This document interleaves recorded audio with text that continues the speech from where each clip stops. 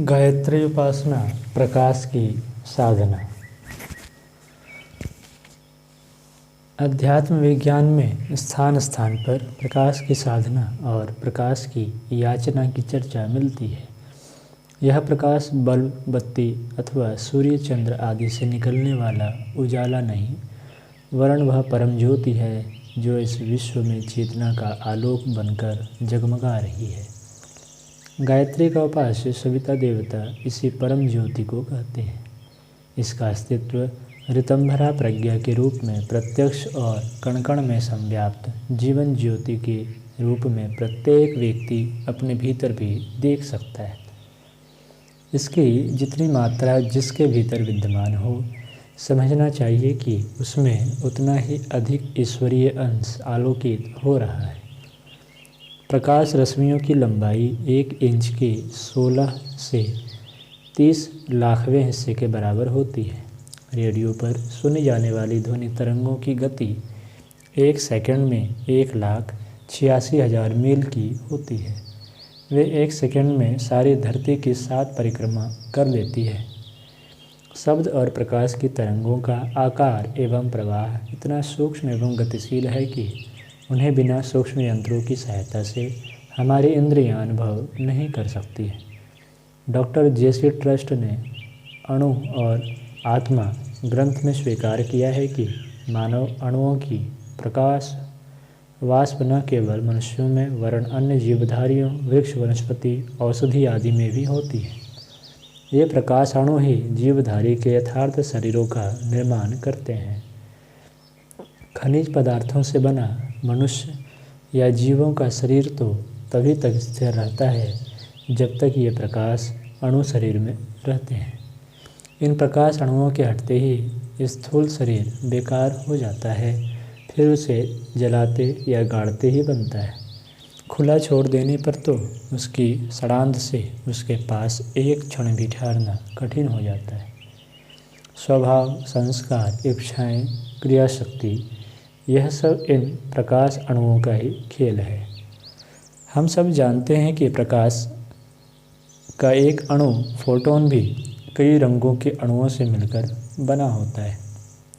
मनुष्य शरीर की प्रकाश आभा भी कई रंगों से बनी होती है। Doctor JC. ट्रस्ट ने अनेक रोगियों, अपराधियों तथा सामान्य व श्रेष्ठ व्यक्तियों का सूक्ष्म निरीक्षण करके बताया है कि जो मनुष्य जितना श्रेष्ठ और अच्छे गुणों वाला होता है, उसके मानव अणु दिव्य तेज और आभा वाले होते हैं, जबकि अपराधी और रोगी व्यक्तियों के प्रकाश अणु क्षीण और अंधकारपूर्ण होते हैं। उन्होंने बहुत से मनुष्यों के काले धब्बों को अपनी दिव्य दृष्टि से देखकर उनके रोगी या अपराधी होने की बात को बताकर लोगों को स्वीकार करा दिया था कि सचमुच रोग और अपराधी वृत्तियां काले रंग के अणुओं की उपस्थिति का प्रतिफल होते हैं। मनुष्य अपने स्वभाव में चाहते हुए भी तब तक परिवर्तन नहीं कर सकता जब तक ये दूषित प्रकाश अणु अपने अंदर विद्यमान बने रहते हैं। यही नहीं, जन्म जन्मांतरों तक खराब प्रकाश अणुओं की यह उपस्थिति मनुष्य से बलात् दुष्कर्म कराती रहती है। इस तरह मनुष्य पतन के गड्ढे में बार बार गिरता और अपनी आत्मा को दुखी बनाता रहता है। जब तक ये अणु नहीं बदलते और न निष्क्रिय होते हैं, तब तक मनुष्य किसी भी परिस्थिति में अपनी दशा नहीं सुधार पाता। यह तो है कि अपने प्रकाश अणुओं में यदि तीव्रता है तो उससे दूसरों को आकस्मिक सहायता दी जा सकती है, रोग दूर किए जा सकते हैं, खराब विचार वालों को कुछ देर के लिए अच्छे संत स्वभाव में बदला जा सकता है। महर्षि नारद के संपर्क में आते ही वाल्मीकि के प्रकाश अणुओं में तीव्र झटका लगा और वे अपने आप को परिवर्तित कर डालने को विवश हुए। भगवान बुद्ध के इन प्रकाश अणुओं से निकलने वाली विद्युत विस्तार सीमा में आते ही डाकू अंगुलीमाल की विचारधाराएं पलट गई थी। ऋषियों के आश्रमों में गाय और शेर एक घाट पानी पी आते हैं, ऐसा इन प्रकाश अणुओं की तीव्रता के कारण होता है। उस वातावरण से निकलते ही व्यक्तित्वगत प्रकाश अणु फिर बलवान हो उठने से लोग पुनः दुष्कर्म करने लगते हैं। इसलिए किसी को आत्मशक्ति या अपना प्राण देने की अपेक्षा भारतीय आचार्यों ने एक पद्धति का प्रसार किया था जिसमें इन प्रकाश अणुओं का विकास कोई भी व्यक्ति इच्छानुसार कर सकता है, देव उपासना उसी का नाम है। उपासना एक वैज्ञानिक प्रक्रिया है जिसमें हम अपने भीतर के काले, मटमैले और पापाचरण को प्रोत्साहन देने वाले प्रकाश अणुओं को दिव्य, तेजस्वी, सदाचरण और शांति एवं प्रसन्नता की वृद्धि करने वाले मानव अणुओं में परिवर्तित करते हैं। विकास की इस प्रक्रिया में किसी नैसर्गिक तत्व, पिंड या ग्रह नक्षत्र की साझेदारी होती है। उदाहरण के लिए, जब हम गायत्री की उपासना करते हैं तो हमारे भीतर के दूषित प्रकाश अणुओं को हटाने और उनके स्थान पर दिव्य प्रकाश अणु भर देने का माध्यम गायत्री का देवता सविता अर्थात सूर्य होता है। वर्ण, रचना और प्रकाश की दृष्टि से ये मानव अणु भिन्न भिन्न स्वभाव के होते हैं।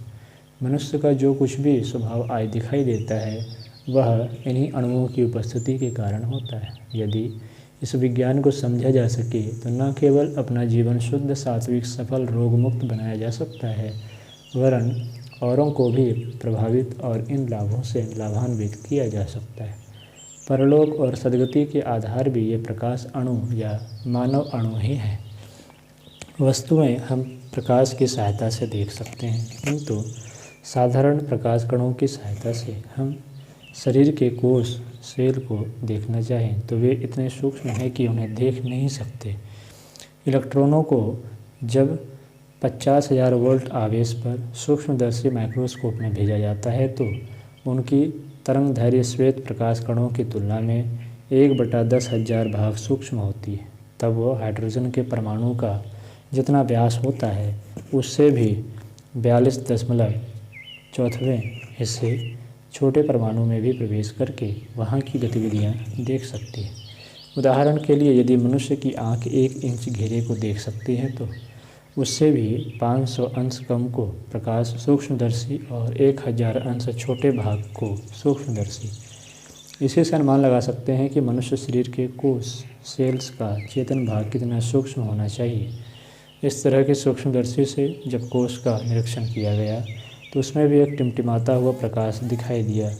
चेतना या महतत्व इस प्रकार प्रकाश की ही अति सूक्ष्म स्फुरना है, यह विज्ञान भी मानता है। आज की कक्षा में इतना ही। अगली चर्चा हम लोग अगली कक्षा में करेंगे।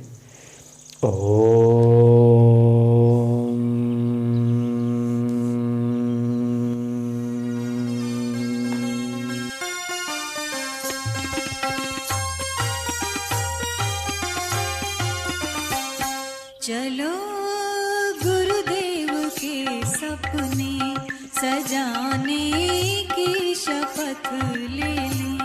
चलो गुरुदेव के सपने सजाने